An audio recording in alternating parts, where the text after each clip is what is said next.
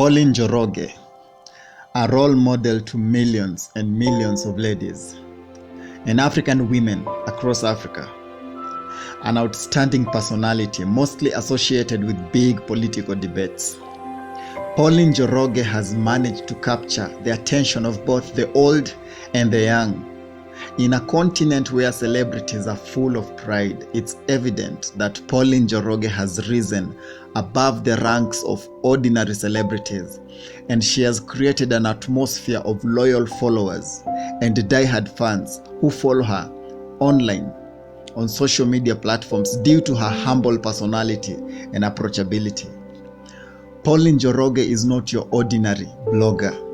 She is an opinion shaper who works with both the ordinary citizens and the most powerful political figures around Africa in equal measure.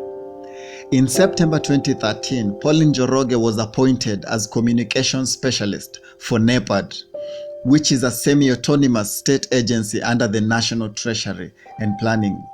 Few years later, in 2017, 12th December, Pauline Njoroge also received the Head of State Commendation, which is popularly known as HSC, and it was awarded to her by His Excellency President Uhuru Kenyatta due to her ability to articulate measures concerning economic development and African affairs in terms of communication. The journey of Pauline Njoroge did not start with fame and glamour, but it all started in a small village in East Africa known as Githiga Village in one of the largest counties inside Kenya, Kiambu County. Pauline Njoroge spent most of her early childhood staying with her grandmother in Githiga Village, Kiambu, and that's where she developed her brave and industrious personality, because most villages in Africa, the young girls are taught to be responsible at a very young age. Few years later, the young Pauline Njoroge decided to join her parents in Nairobi, where both her mom and dad stayed. But unfortunately, at that young age, Pauline Njoroge had to experience the sad loss and death of her mother, prompting her to go back to their village in Kiambu County to stay with her grandmother once again. At this young age, her dreams had been shattered and her big vision seemed to slowly fade away. But Pauline Njoroge decided at a very young age that the only way to honor the legacy of her late mother was to put more emphasis on her education. Being a focused young African girl, she knew very well that her only way out of poverty was through hard work and patience. But she did not sit down and wait for anyone to give her her dreams on a silver plate or to hand her over to anything that she would not agree to. So Pauline Njoroge ended up doing very odd jobs for her to help her grandmother to put food on the table. Her education became a priority to her, and even though her own father could not afford to pay for her school fees, she was determined to keep moving towards her dreams. That's why when she finished high school, she applied to be admitted at the Catholic University, and luckily, she was admitted in January 2007. Joining Catholic University was a dream come true to Pauline Njoroge, but her financial struggles could not allow her to continue with her semester because she only had 10,000 in her pocket, which had been donated by a local church, and she was totally unable to raise her total fee balance of 75,000, which she was supposed to pay before the end of her first semester. Sadly, she had to drop out from Catholic University, and she went back to her normal life, leaving behind her shattered dreams and not knowing what fate had in store for her.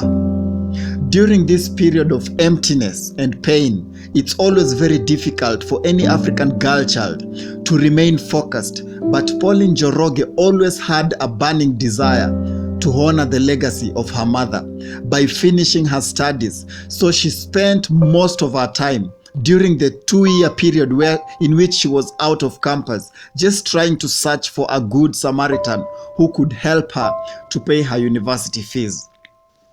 At one point, Pauline Njoroge attempted, through courage, to approach the former president, Daniel Toroitich Arap Moi, at his cabernet home, but the security guards at the gate could not allow Pauline to access the president, and she was told to apply for a scholarship like any other normal person through a written letter. But Pauline knew that the odds were against her. So even if she applied for the scholarship, there was no guarantee that she would get it. So she had to walk away from this dream once again. Her world was shattered. Her dreams were fading. Everything was fading away, but her passion was relentless because she did not give up on her quest for good education. One lucky day, after 2 years of moving up and down, trying to search for anyone who could believe in her, Pauline got a good Samaritan who gave her 100,000. And it's at this point where Pauline Njoroge decided that she was going to use the 100,000 to further her education. Pauline Njoroge went back to campus, but this time she joined Mount Kenya University. Finally, she was able to pursue her education, and her passion for books was extraordinary because she would spend long hours at the library, and for several days she would do research on economic development and African affairs. And it's also at this time where she joined the ARCL, which stands for American Reference Center Library, being managed by the United States Embassy in Nairobi. Pauline Njoroge discovered her drive and passion for African affairs, and she nurtured her desire for knowledge and her insight on economic development in Africa. Through research, she became an expert at it. Pauline Njoroge found out that her desire to change Africa was inborn, and she knew deep inside her that her opinion to the rest of the world would only matter if she had more knowledge about it. But she had no platform to air out her views, so she opened her own social media platform to do it. Her Facebook account became an instant hit because of her politics and economic development posts, and to her biggest shock, her perfect articulation of issues on social media earned her one of the largest following on social media. In the year 2019, Pauline Njoroge founded and became the executive director of Eagle's Leadership Forum, which works towards promoting the voice of the youth in policy making and governance affairs. Her social media forums and her articulations earned her a very big following in Kenya.